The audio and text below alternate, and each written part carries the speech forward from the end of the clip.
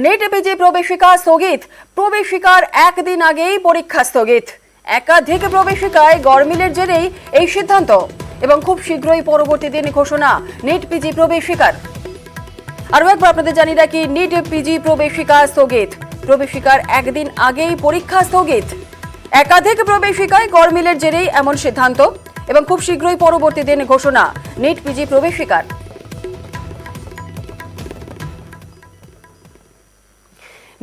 Net বিতর্কে বদল NTA কর্তা, ন্যাশনাল টেস্টিং এজেন্সির ডিজি সুবোধ কুমারকে বদল কেন্দ্রের। নয়া এনটিএ ডিজি হলেন প্রদীপ খারোলা, প্রাক্তন কেন্দ্রীয় সচিব ছিলেন প্রদীপ খারোলা। কম্পালসারি ওয়েটিং এ সুবোধ কুমার।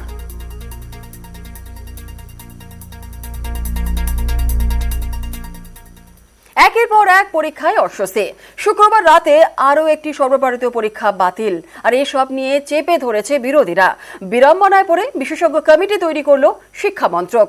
7 সদস্যের কমিটির মাথায় ইসরোর প্রাক্তন চেয়ারম্যান কে রাধাকৃষ্ণন।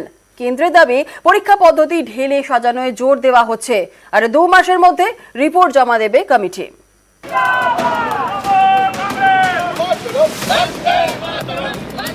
প্রশ্নপত্র ফাঁস সহ একাধিক অভিযোগ, একের পর এক সর্বভারতীয় স্তরের পরীক্ষা আতশ কাঁচের তলায়, জানিয়ে বিরোধীরা বারবার নিশানা করছে মোদী সরকারকে।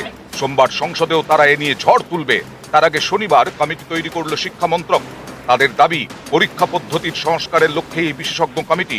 এতে অবশ্য বিরোধীদের থামানো যাচ্ছে না।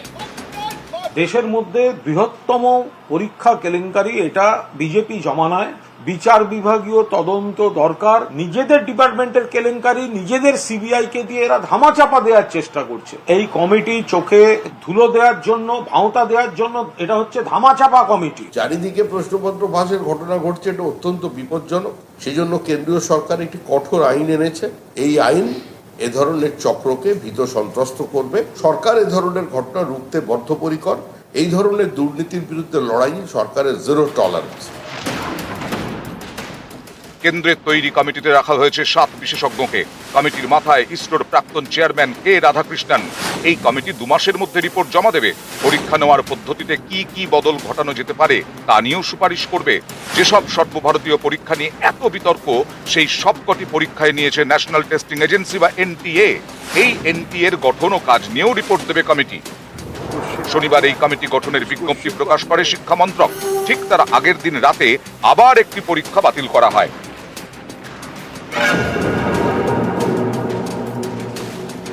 সর্বভারতীয় স্তরে ডাক্তারি প্রবেশিকা পরীক্ষা নিট এর প্রশ্নপত্র ফাঁস নিয়ে তোলপাড়। এরপর গত মঙ্গলবার অর্থাৎ 18 জুন দেশ জুড়ে ইউজিসি নেট হয়। পরীক্ষার্থী ছিলেন প্রায় 9 লক্ষ। এই পরীক্ষার পরের দিনই কেন্দ্রীয় সরকার জানিয়ে দেয় পরীক্ষাটি বাতিল। খোদ শিক্ষামন্ত্রী দায় স্বীকার করেন, এও কবুল করেন যে প্রশ্নপত্র ফাঁস হয়ে গিয়েছে। এর 2 দিনের মধ্যে আরও একটি গুরুত্বপূর্ণ পরীক্ষা স্থগিত। শুক্রবার স্থগিত করা হয় সিএসআইআর ইউজিসি নেট। এটি মূলত বিজ্ঞান বিষয়ক কলেজে অধ্যাপনার চাকরি এবং পিএইচডির যোগ্যতা নির্ণায়ক পরীক্ষা। আগামী 25 এবং 27 জুন এই পরীক্ষা হওয়ার কথা ছিল। অনিবার্য কারণবশত এবং লজিস্টিক সমস্যার কারণে এই পরীক্ষা স্থগিত রাখা হচ্ছে বলে বিজ্ঞপ্তি দিয়ে জানিয়েছে এনটিএ। পরীক্ষাটি আবার কবে হবে জানতে পরীক্ষার্থীদের ওয়েবসাইটে নজর রাখতে বলা হয়েছে। নিউজ 18 বাংলা।